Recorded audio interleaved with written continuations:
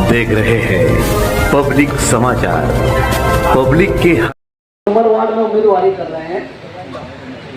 अब मैं मालेगांव शहर राष्ट्रवादी कम्युनिस्ट पार्टी के जिले सदर मोहतरम अली जनाब सलीम रजवी साहब को आवाज दे रहा हूँ कि कैसे कह दूँ कि थक गया हूँ, कैसे कह दूँ कि थक गया हूँ मैं, ना जाने किस किस का हौसला हूँ मैं, और तुम्हारी सोचों के साँचों में ढल नहीं सकता, जुबान काट लो लहजा बदल नहीं सकता, और मुझे भी क्या मोम का पुतला समझते हो, तुम्हारी लौ से ये लोहा पिघल नहीं सकता।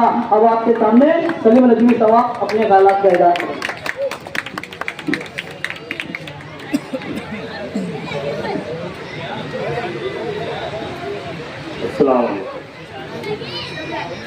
दोस्तों, आज की मीटिंग के सर और आपके दो उम्मीदवार जनाब इमरान खान अकबर खान साहब और अतिया बानो रहमान शेख, ये आपके वार्ड नंबर 3 से उम्मीदवार हैं। उसी तरीक़े से वार्ड नंबर 5 से शेख रहमान शेख मुबीन ये उम्मीदवारी कर रहे हैं। रहमान भाई जरा खड़ा हो जाओ। और उसी तरीक़े से वार्ड नंबर 16 से आपको हैरत होगी कि वार्ड नंबर 16 से जो उम्मीदवारी कर रहे हैं हमारे नईम भाई हैं, इनकी बहन है रईसा बानो, ये इनकी बहन है, वो ताहिरा मैडम के सामने उम्मीदवारी कर रही है। उसी तरीके से हमारे अल्ताफ भाई अभी आपके सामने गुफ्तगू कर रहे थे, इनका मुकाबला इमरान खान शेख रशीद साहब से है, और एक वार्ड में इनका मुकाबला माजिद हाजी साहब से है। मैंने जानबूझकर ऐसे लोगों को टिकट दिया है जो आम लोगों में से निकलते हैं, कोई पैसे वाला, कोई नाम वाला, कोई बहुत ज्यादा रुतबे वाला, ऐसा नहीं, इनके जज्बे वाले। इनको अगर आप लोग सुनकर देते हैं, इनकी बातों को समझते हैं, तो इंशाअल्लाह ताला ये ऐसे लोग हैं जो आपके लिए तन मन धन से आपका काम करेंगे। मेरी आवाज जहां तक पहुंच रही है, मैं जानबूझकर मैंने दूर तक अपनी बात को पहुंचाने के लिए, मेरी माँ बहनों तक मेरी आवाज पहुंच रही है, तो वो सुने और मेरी बात पर गौर करें कि आपने पिछले 5 साल में जिन लोगों को चुनकर दिया था, जिन्हें मुंतखब किया था, नगर सेवक बनाया था, उनमें से 2 लोग ऐसे हैं, जनाब जाहिद जुम्मन साहब और मंसूर भाई। ये लोग तो ऐसा हुआ इनका कि मंसूर भाई का इंतकाल हो गया, अल्लाह उन्हें उनकी मग़फ़िरत फरमाए। जाहिद भाई तो तुम्हारा वार्ड ही भूल गए, वो इधर आए नहीं, वो मच्छी विहार में टिकट मांगते रह गए। उसी के साथ शाहिद रेशम वाला ये पार्टी बदल कर आ गए, ये MIM से आ गए। दूसरे मेरा भतीजा सगीर है, वो भी आपके सामने वोट मांगने के लिए आने वाला है, क्योंकि वो भी पिछले इलेक्शन में आपके साथ था, आपके वोटों से चुनकर आया था।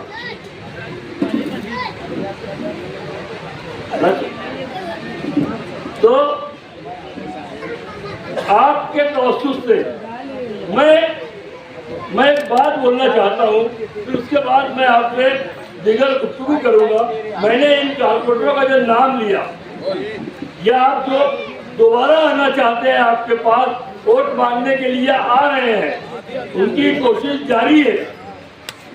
वो चाहते हैं कि एक बार फिर वो आपकी नुमाइंदगी करें और अपना घर बने। तो ऐसे लोगों के लिए मैं एक बात बोलना चाहता हूं कि मैं देखता हूं तेरा तख्तोताज कब तक है, सफेद झूठ का आखिर रिवाज कब तक है। मैं अपने हक के लिए बोलता रहूंगा, और सितमगरों का आखिर ये राज कब तक है। तो ये ऐसे लोग हैं जिन्होंने अपना काम किया, आवाम को भूल गए। ये मालेगांव शहर में रहने वाले लोग हैं। मैं समझता हूँ कि रमजान पूरा में जो लोग रहते हैं वही रमजानपुरा की तकालीफ को समझ सकते हैं। मैं अगर गोल्डन नगर में रहता हूँ तो मैं यहाँ की तकलीफ को मैं उतना अच्छा नहीं समझ सकता जितना अच्छा ये शेख रहमान है और इमरान खान है, जितना अच्छा ये आपको समझ सकता है। यहाँ पर बारिश के दिनों में जो हाल बनता है, जो लोग परेशान होते हैं, घरों से निकलकर सड़कों तक आने के लिए कितनी मुसीबतें उठानी पड़ती है, ये तमाम चीज़ों को हमारे ये नए नौजवान हैं, ये आपके साथ रहेंगे। आपको आधी रात को इनकी जरूरत पड़ेगी, आपको दवाखाना जाना हो, पुलिस स्टेशन का मामला हो या दीगर और कोई सरकारी कामकाज हो, ये आपको आसानी से मिल जाएंगे। ये इब्दुल मुकद्दम चौक पर आपको आसानी से मिलेगा, इमरान खान आपको यही आपके मोहल्ले में मिलेगा। तो क्यों ना हम ऐसे लोगों को चुनकर दे, ऐसे लोगों को वोट दे जो हमारी बात, हमारी तकलीफ को समझे और हमारे काम काज को करने के अहल हो। मालेगांव शहर में जो मुख्तलिफ तकलीफें हैं, उनमें से एक तकलीफ ऐसी है कि नलों में जो पानी दिया जाता है 2 दिन नागा करके देते हैं। हमारी माँ बहनें रातों को जागती हैं, रात भर कभी 3 बजे नल आ रहा, कभी 2 बजे नल आ रहा है, वो भी 2 दिन बाद आ रहा है। इसलिए मजबूरी है कि उन्हें जागते रहना पड़ता है, क्योंकि बाल बच्चों को पानी लगेगा, पकाने का पानी लगेगा, नहाने का पानी लगेगा। और मैं एक बात खास तौर पर आपसे करना चाहता हूँ कि नासिक शहर जो मालेगांव से 10 गुना ज़्यादा तरक्की याफ्ता शहर हो चुका है, ये नासिक शहर के बारे में मैं आपको बताऊं कि जनाब हाजी शब्बीर शेख साहब जब यहाँ सदर बल्दिया थे, उस वक्त नासिक शहर को पगार करने के लिए मालेगांव से कर्ज लेना पड़ता था। आज हमारी हालत ये हो गई कि वहाँ के मुकाबले में हम 10 टप्पा पीछे आ चुके हैं। उसकी वजह हमारे ये नुमाइंदे हैं जिन्होंने हमारे मौजूदा आमदार मुफ्ती मोहम्मद इस्माइल साहब, जिन्होंने पतंग निशान पर कुछ लोगों को यहाँ पर वारिद कर दिया। अरे कहाँ से लाके यहाँ छोड़ के जा रहे, कौन इनको पूछेगा, कैसे इनसे मुलाकात होगी, जरा ये भी तो आके बताओ। नासिक शहर में 1000 रुपया नलपट्टी है, मालेगांव शहर में 2780 रुपया। हम उनसे 10 टप्पा पीछे, 2 दिन के बाद नलों में पानी, नासिक में रोजाना पानी, लेकिन नलपट्टी 1000। हमको 2 दिन पानी, 2 दिन लेट पानी मिलता है। हमारी नलपट्टी 2780 रुपया। मैं आपको बताऊं कि राष्ट्रवादी कांग्रेस पार्टी ने तहरीक चला के जो नलपट्टी हर साल 5% बढ़ा करती थी, वो वहाँ हर साल जो हुआ करता था, ये मौजूदा कमिश्नर जो है पिछले साल इससे हमने ठहराव करवाया और 5% जो वार होता है 2007 से आज तक, वो हमने रुकवाया। उसके बाद हम चाहते हैं कि मालेगांव शहर में नलपट्टी 1000 रुपये से ज़्यादा किसी सूरत में नहीं होनी चाहिए। और ये काम करवाने के लिए हमारे ये नौजवान सक्षम है, इसके काबिल है, ये कर सकते हैं। इनके साथ राष्ट्रवादी कांग्रेस पार्टी मालेगांव शहर, उसी के साथ साथ मैं आपको बताता चलूं, हमारे माजी आमदार जनाब आसिफ शेख साहब, हमारे मौजूदा आमदार मुफ्ती मोहम्मद इस्माइल साहब, इनकी पार्टी कहाँ तक मौजूद है? आसिफ भाई सिर्फ मालेगांव में उन्होंने जो पार्टी बनाई उसका नाम इस्लाम आइडिया को जहाँ के रख दी, लेकिन उनकी ताकत और उनकी पहुंच मालेगांव तक। मुफ्ती मोहम्मद इस्माइल पूरे 288 आमदारों में एक आमदार है जो हैदराबाद से चलता, उसकी चाबी वहाँ से चलती है। लेकिन जिस पार्टी से ये 2 उम्मीदवार आपके सामने बैठे हुए हैं, आपके सामने वोट मांग रहे हैं, आपसे मदद चाहते हैं, कि आप उन्हें वोट दो, वो आपका काम करेंगे, तो मालेगांव शहर में सदर मैं हूँ सलीम रिजवी, मेरे ऊपर शशिकांत शिंदे साहब, जयंत पाटिल साहब, ये सब आमदार लोग हैं और मिनिस्ट्री लेवल के लोग हैं। सुप्रिया सुले साहिबा जो खासदार है, शरद पवार साहब जो पूरे महाराष्ट्र नहीं हिंदुस्तान भर में लीडर जाने जाते हैं। हमारी पार्टी मालेगांव रमजानपुरा गली से लेकर दिल्ली तक आपकी नुमाइंदगी करने के लिए सक्षम है, काबिल है। इसके लिए अगर जो काम हम यहाँ मालेगांव शहर में आपके लिए नहीं कर पा रहे, यहाँ हमको फंड कम मिलता है अगर, तो फंड लाने की जिम्मेदारी आपके तरक्याती कामों के लिए, गटर के लिए, रास्तों के लिए, आपके दवाखानों को बनाने के लिए, आपके लिए शादी हॉल बनाने के लिए ये फंड आकर देने की जिम्मेदारी मालेगांव शहर राष्ट्रवादी कांग्रेस पार्टी की होगी। और इंशाअल्लाह आप देखेंगे अगले 5 साल अल्लाह जिंदगी दे तो मैं आपके सामने फिर आऊंगा और रमजानपुरे का नक्शा यकीन जानना कि कैंप और लश्कर का जो इलाका बन गया है उस जैसा अगर ना बना तो आप लोग हमें रमजानपुरे में घुसने मत देना।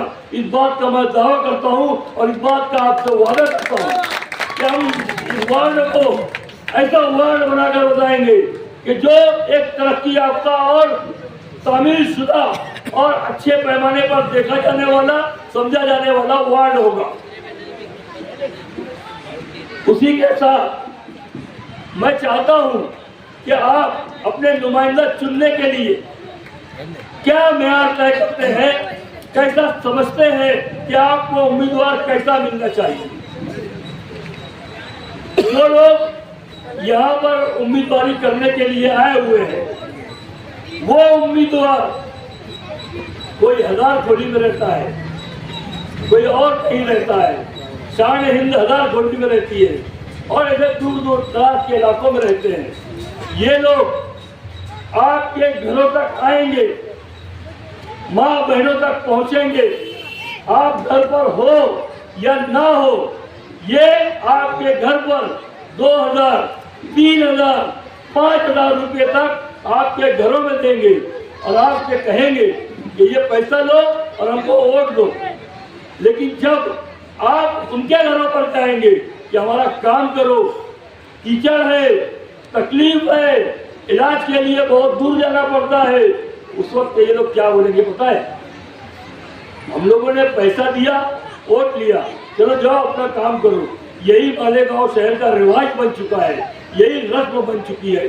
कोई जबान का पाबंद नहीं, कोई ईमानदारी से अवामी खिदमत करने के लिए तैयार नहीं, सिर्फ पैसा पे तमाशा दे। ये हालत बना कर रखी है मालेगांव शहर में। ये शहर अहले ईमान लोगों का शहर है, ये मुसलमानों का शहर है। मुसलमान न रिश्वत देता है न रिश्वत लेता है। अगर आपको पैसा कोई ला कर देता है तो ये रिश्वत है, ये हराम है। आप इन पैसों से इनकार कर दो। अगर वो देते हैं तो लेके ठंडा बना लो, मुद्री बना लो, लेकिन उनके पैसे अपने बच्चों के पेट में मत डालना, क्योंकि ये लूट का माल है। लूट का माल लाकर आपको देंगे और आपके बच्चों के पेट में डालेंगे तो बच्चों की हालत तो ऐसी बनेगी। इसके लिए मेरी गुजारिश है कि आप हराम और हलाल में फर्क करो और समझो कि कौन आपके लिए मरता है।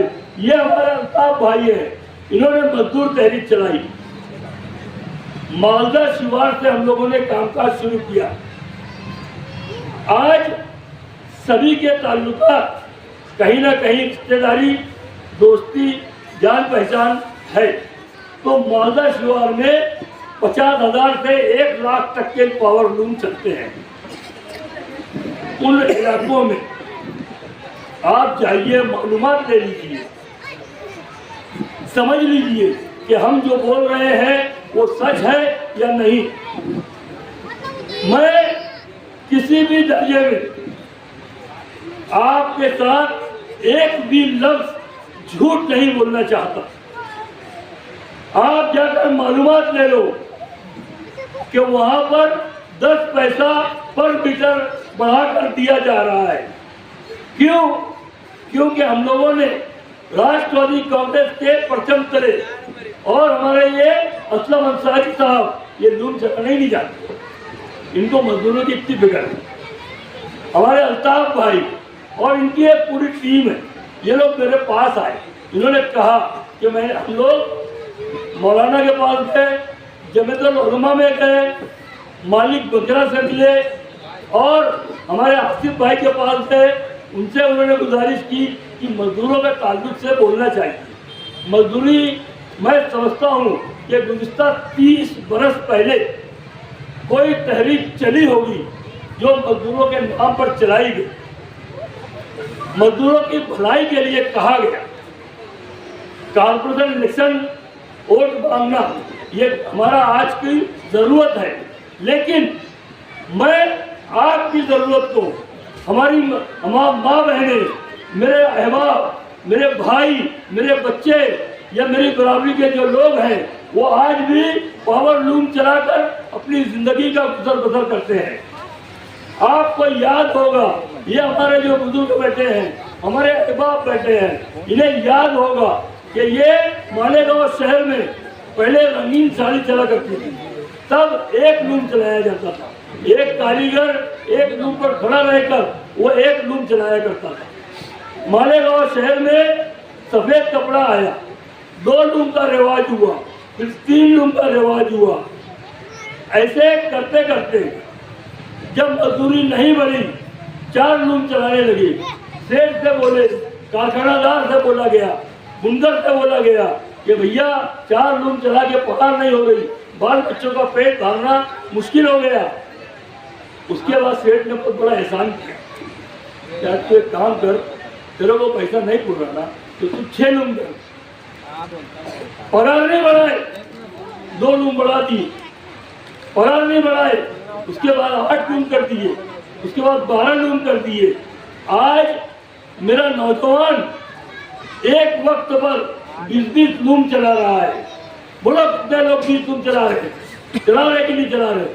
12 लूम से लेकर 20 लूम तक चलाने वाले लोग हमारे यहाँ पर मौजूद हैं और हर एरिया में, पूरे मालेगांव शहर में मौजूद है। 20 लूम एक शख्स, एक नौजवान चलाने का मतलब समझते हो? फिक्र लेके, तकलीफ उठा के, हैरान होकर मुसलसल जब वो 20 लूम बंद और चालू करता है तो उसका सफर कितना होता है जानते हो? कम अज कम 50 किलोमीटर वो कारखाने में दौड़ता है, पागल की तरह। अपने बच्चों को अच्छा अनाज मिल जाए, हलाल पैसा मिल जाए, उसके लिए वो दौड़ता है।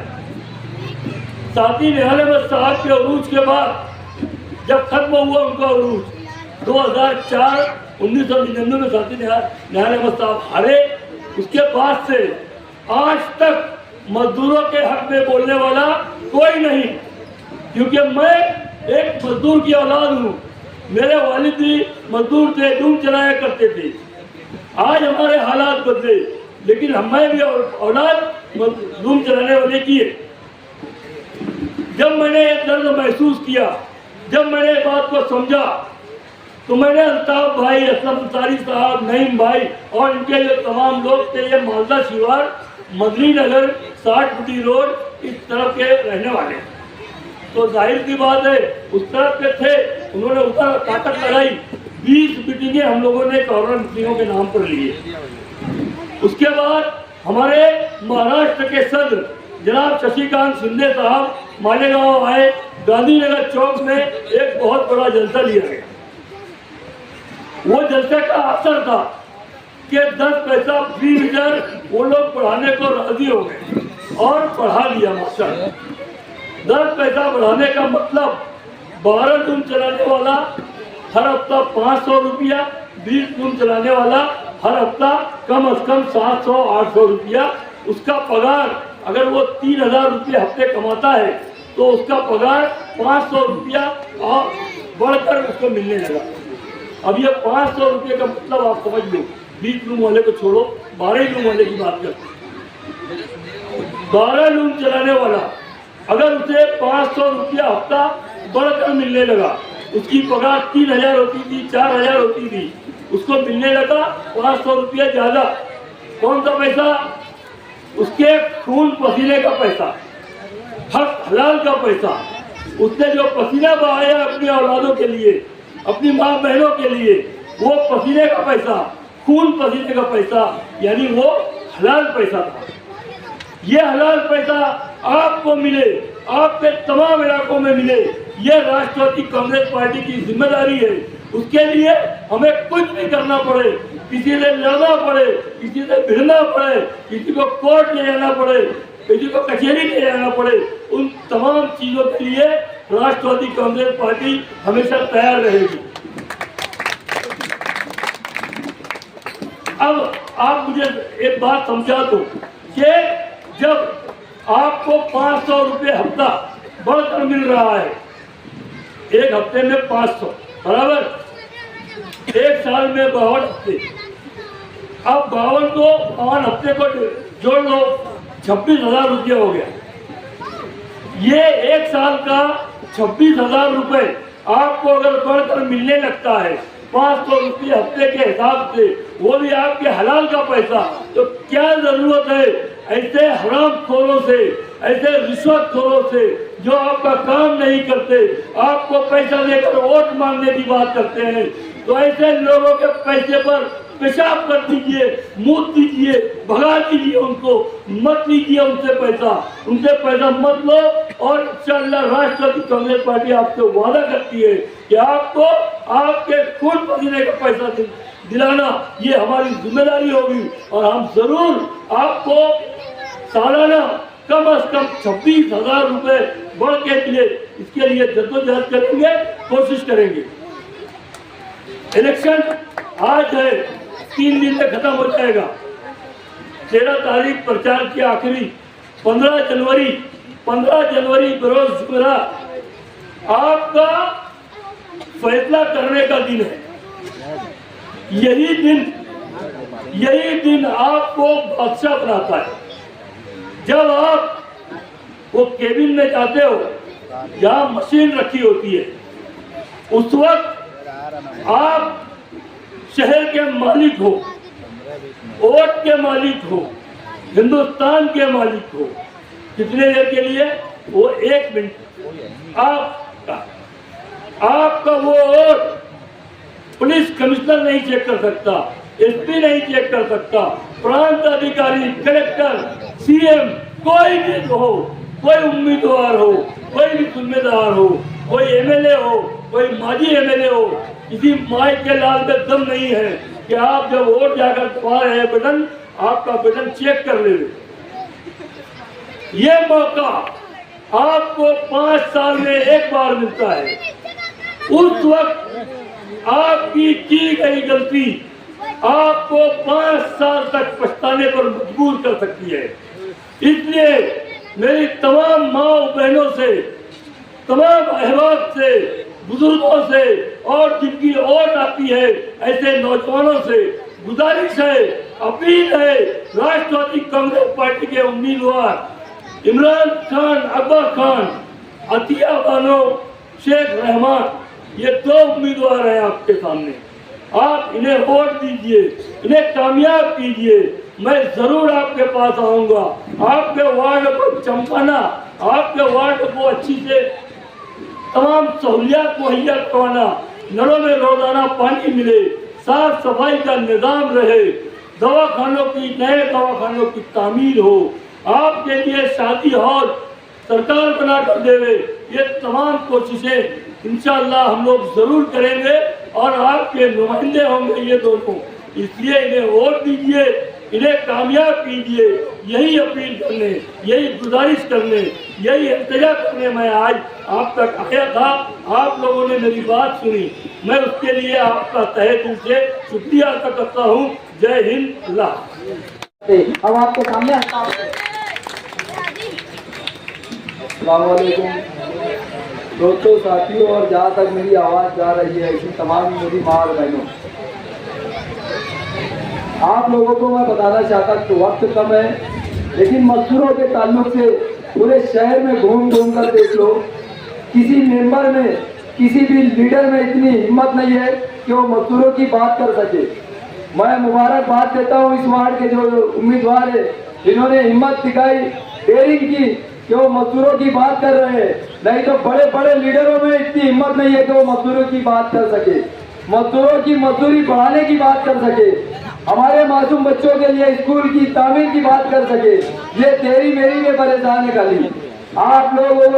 मैं आप लोगों से गुजारिश करूंगा, जो हमारे भाई लोगों ने उम्मीदवारी का फॉर्म भरा है, इन्हीं को अपना कीमती वोट दे, क्योंकि ये आप लोगों के लिए लड़ रहे हैं, ये आप लोगों को हक दिलाने के लिए लड़ रहे हैं।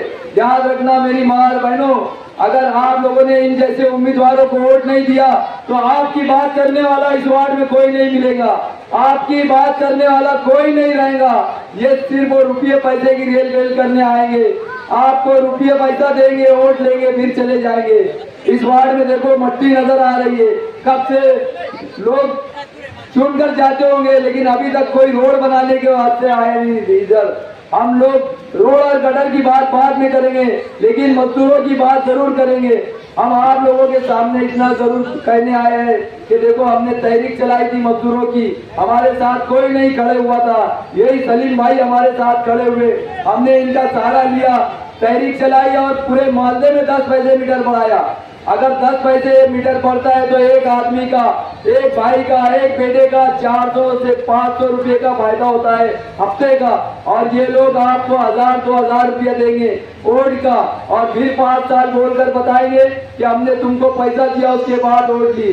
तो बताओ, 400-500 रुपया हफ्ते का ये आपका हक है, ये सही कि उनका 2000 सही? आपको 500 रुपया 400 रुपया ये आपका हक मिलेगा, ये आपका हक है जो मिलना चाहिए।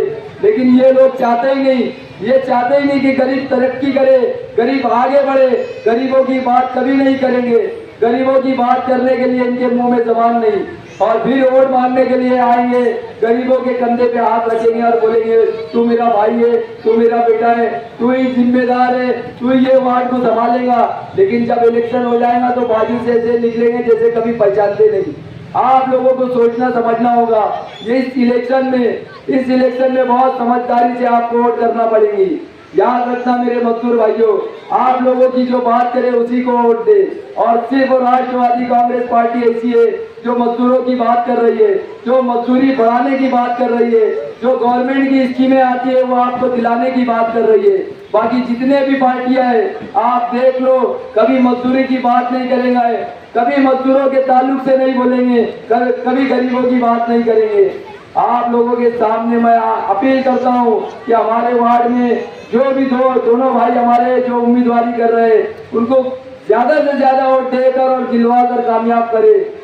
आप लोगों को यकीन दिलाते हैं कि हमारे पूरे शहर में हमारे 11 उम्मीदवार खड़े हुए, 1, 2, 3 भी उम्मीदवार अगर चुनकर चले गए, पूरे शहर में मजदूरी बढ़ाने का हम काम करेंगे, पूरे शहर में हम मजदूरी बढ़ा कर रहेंगे। लेकिन जब तक आप लोग हमको सपोर्ट नहीं करेंगे, जब तक आप लोग हमारा हौसला नहीं बढ़ाएंगे, जब तक आप हमें वोट नहीं देंगे या दिलवाएंगे नहीं, तो हम कारपोरेशन कैसे पहुंचेंगे? हमें हमारी बात हर मजदूर तक पहुंचाना पड़ेगी, हर मजदूर को बताना पड़ेगा, हमारी माँ बहनों को बताना पड़ेगा कि आप लोगों के लिए यही लोग लड़ने वाले, और कोई लड़ने वाला नहीं। तो हम हर घर तक नहीं पहुंच सकते, हर मजदूर तक नहीं पहुंच सकते। इसलिए हमारी आवाज आप बनो, आप हमारी बात और मजदूरों तक पहुंचाओ और माँ बहनों तक पहुंचाओ, ताकि उनको भी मालूम पड़ सके कि हमारी आवाज उठाने वाले सिर्फ और सिर्फ राष्ट्रवादी कांग्रेस पार्टी के उम्मीदवार है। इन्हीं को हमारा कीमती वोट देकर और दिलवा कर कामयाब करे। वक्त कम है, इसलिए मैं सलीम भाई को मौका देना चाहता और अपनी 2 बात खत्म करता हूँ। जय हिंद, अस्सलाम वालेकुम। के सामने वार्ड नंबर 3 की उम्मीदवार अतिया बानो, जिनके शोहर यहाँ पर मौजूद है रहमान शेख साहब। इन्होंने रोजाना रोज कमाना रोज खाना, इनके घर की हालत है, उसके बाद भी इन्होंने उम्मीदवारी की हिम्मत की। उसके लिए मैं उनको इस शेर की आवाज दे रहा हूँ कि मंजिल पे मुझको देखकर हैरान सभी हुए, मंजिल पे मुझको देखकर हैरान तो सभी हुए, मगर किसी ने पाँव के छाले नहीं देखे। और शौक परवास का रखते हो तो शाहीन बनो, वरना कौवे भी हवाओं में उड़ा करते हैं। अब आपके सामने रहमान शेख अपने ख्यालात का इज़हार करें। अस्सलाम वालेकुम। मुझे सदर साहब यहाँ आए हुए हमारे हैदराबाद से, मैं इनका बहुत बहुत शुक्रिया अदा करता हूँ। जैसे कि वार्ड नंबर 3 का इलेक्शन आ रहा, इससे अव्वल हम खुद इसके पीछे दौड़ भाग करके उनको इलेक्शन में चुन के लाया करते थे। फिर उसके बावजूद इन लोगों ने अपने साथ में क्या किया, जैसे कि बोले ये वार्ड मेरा नहीं है, वार्ड मेरा नहीं, हमको एकदम लावारिस समझ के छोड़ दिया। अल्हम्दुलिल्लाह नेशनल पार्टी जो है राष्ट्रवादी कांग्रेस, जिनके सदर जो सलीम रिजवी साहब, ये जो मालेगांव जिले के सदर है, इन्होंने मुझे और इमरान खान अकबर खान को, अतिया बानो शेख रहमान और इमरान खान अकबर खान को इस वार्ड से उम्मीदवारी करने का बहुत बड़ा मौका दिया। इसलिए कि जैसे कि हमेशा ये बड़े बड़े जो पैसे के दम पे इलेक्शन लड़ के चले जाते, दोबारा पलट की तरफ हमारी माँ बहनों की तकलीफों को देखते नहीं है। इनके लिए अगर हमारी माँ बहनें पहुँचते तो ये लोग बोलते हैं कि नहीं बोलते हैं, हमारा वार्ड है ये, हमारा वार्ड नहीं है, बोलते हैं ना। तो बस अब हमको उनको दिखाने गए कि ये पूरा वार्ड है हमारा है। मेरी माँ और बहनों से गुजारिश है और मेरे दोस्तों और बुजुर्गों से मैं गुजारिश करता हूँ, आने वाली 14 जनवरी को, 15 जनवरी को वार्ड नंबर 1 इमरान खान अकबर खान और वार्ड नंबर 2 जो अतिया बानो शेख रहमान देगा, बाजा बजाता हुआ आदमी, तो आप लोग ज़्यादा से ज़्यादा वोट देके हमें अच्छी अक्सरियत से कामयाब करे। और दो बात बोल के मैं अपना कीमती वक्त, मतलब दूसरे लोगों को कीमती वक्त ज़ाया नहीं करूँगा। जैसे कि इलेक्शन तो आता है जाता है, फिर भी मेरे को देख लो, मैं इतनी मुकादम चौक पे रहता हूँ, बुलंद नेपाल हॉल के बाजू में। बुलंद नेपाल हॉल जो है सामने इनका हॉल था, 2 साल से इसको बंद करके उसमें रखी थी। हमारी माँ बहनों और गरीब लोग की शादी में इसने हॉल की चाबी किसी को नहीं दी। गरीब लोगों ने बारिश में कीचड़ में कैसे शादी करी हम बेहतर जानते। उसके बावजूद पिछले 2 साल से हसन रजा, आबिद भाई, जुनेद भाई और राशिद अख्तर और मैं, हम लोगों ने 2 साल में दौड़ भाग करके माननीय श्री यादव कमिश्नर साहब से बजट ला के हमारे वार्डों में एक मॉडल वाले हॉल तैयार करे। अगर आपको यकीन नहीं आता तो किसी भी इंसान को पूछ कर वहाँ जाके मालूमात ले ले। बस इतनी देर बात बोल के मैं अपनी बात करता हूँ। सलाम अलैकुम। ना करो। अब आपके सामने इस वार्ड नंबर 3 के जैयद उम्मीदवार इमरान खान अपने हालात का इजहार करेंगे।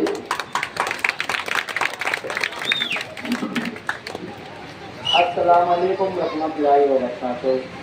मेरी माँ बहनों, सलीम रिजवी साहब ने मुझे 3 नंबर वार्ड से उम्मीदवार करने का मौका दिया और मेरी माँ बहनों से मैं ये गुजारिश करता हूँ कि मुझे उम्मीदवारी नहीं करना था। मैं आप लोगों की तकलीफ और आप लोगों की परेशानी देखकर मैं उम्मीदवार करने के लिए खड़ा हूँ। लेकिन हमारे मुश्ताक भाई रिपोर्टर और हमारे सफीक भाई न्यूज़ चैनल वाले, उन्होंने मुझे बताया कि 3 नंबर वार्ड के अंदर का जो काम है, बहुत ज़्यादा गंदगी और गटर वगैरह खराब हो चुके हैं और हमारी माँ बहनों को तकलीफ बहुत है, तो तुझे इलेक्शन लड़ना पड़ेगा। तो मैंने बोला ठीक है, मेरी माँ बहनों के लिए मैं कुछ भी कर सकता, लेकिन मैं उनके लिए एक हक दिलाना चाहता हूँ और उनके लिए इलेक्शन लड़ूंगा। लेकिन एक बात पे लड़ूंगा कि मेरी माँ बहनों का मुझे सहारा चाहिए, सिर्फ आपका एक वोट। और हमारे रहमान भाई अतिया बानो के लिए हमारा 1 नंबर और 2 नंबर बटन दबाने की कोशिश कीजिए, हमारे को तो वोट से जिताने की ताकत रखिए। अल्हम्दुलिल्लाह निशानी तुतारी, हमारा 1 नंबर बटन, हाँ, बाजा बजाता हुआ इंसान तुतारी, 1 नंबर बटन और 2 नंबर बटन इमरान खान और अतिया बानो। बस आप लोगों से ये गुजारिश करता हूँ, आप लोग मुझे साथ दीजिए इंशाल्लाह। अल्हम्दुलिल्लाह बड़ी बात नहीं करता, मैं आप लोगों को चुन के आने के बाद बताऊंगा मैं आपके काम को क्या अंजाम देता हूँ। और आप लोगों की तकलीफ देख कर मैं हर वार्ड में जाकर देखा, जो भी परेशानी है, जो कचरा पड़ा हुआ है, इंशाअल्लाह ताला सब काम करने की ताकत रखूंगा आपके सामने। ठीक है साहब।